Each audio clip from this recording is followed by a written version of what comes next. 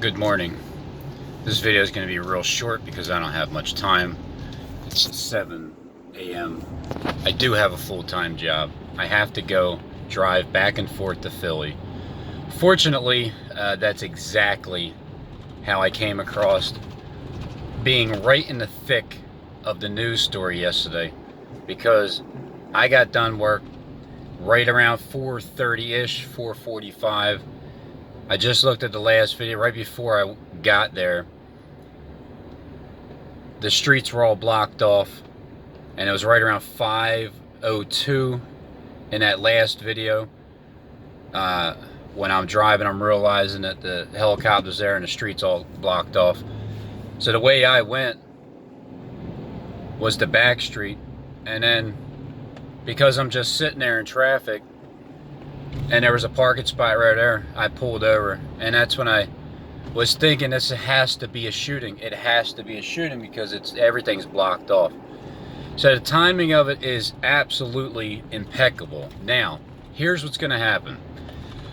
Stephen James Sean is going to continue to try and link me with all of his people, because I've studied the world script. That is all that it is. Studying the world script. God does not speak to me the way that Kleck claims, as he's using his tactics, because he's the freaking tax collector, Jonathan Kleck. Alright? They're all in on it. They've been dropping subliminals throughout their videos, and I've been picking up what they've been putting down. Their breadcrumbs, I'm picking them all up to make a loaf of bread. You know, I'm hungry. What the frick do you want from me? If I see breadcrumbs on the ground and I'm hungry, I'm picking them all up. And I'm going to show you guys what's going to happen next because of their subliminal messages.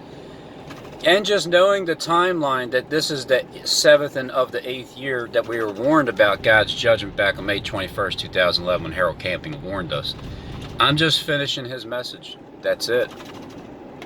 So I've studied this for the past 2.5 years, getting on YouTube and coming across all these people. See, the hardest thing to believe is this. How could all these people be involved? It's like, it's crazy. They are, all right? They are.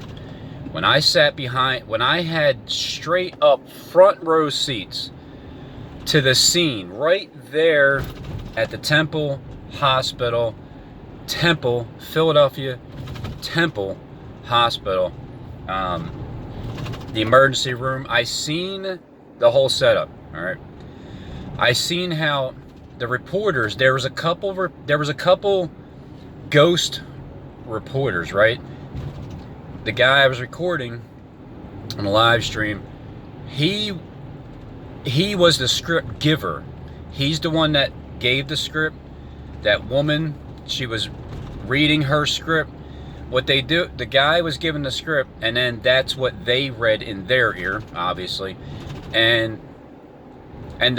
which means they, as the guy was standing there and he's reading off his script, that's what the newscaster is getting ready to read when they get in front of the television, the screen. Okay, it's not a secret.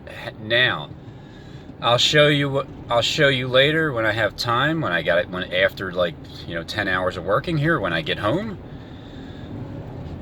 They have their script ready, all right? And I was right there.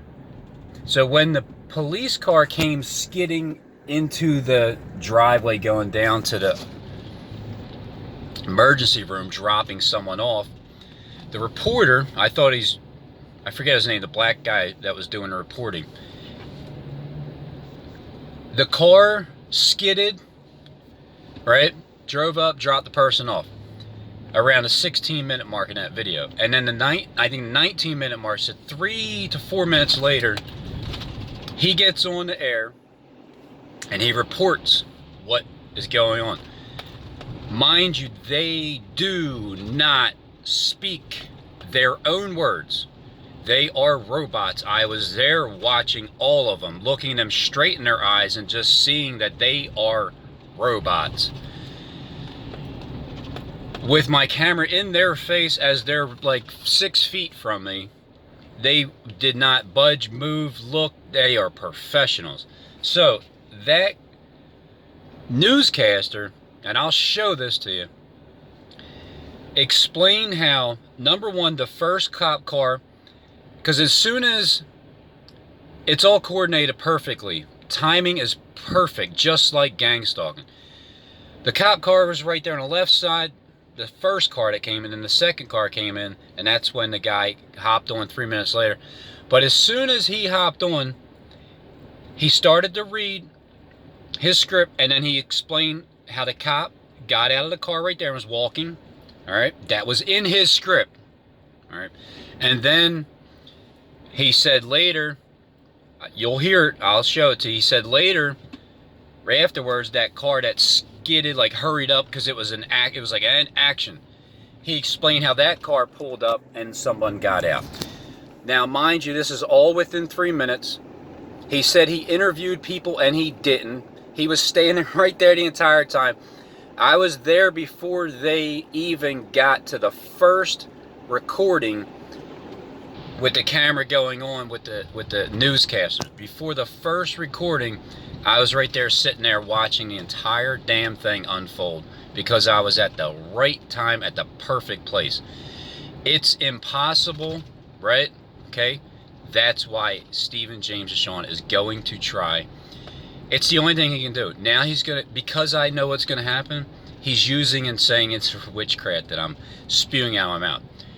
Yeah, I mean, gotcha.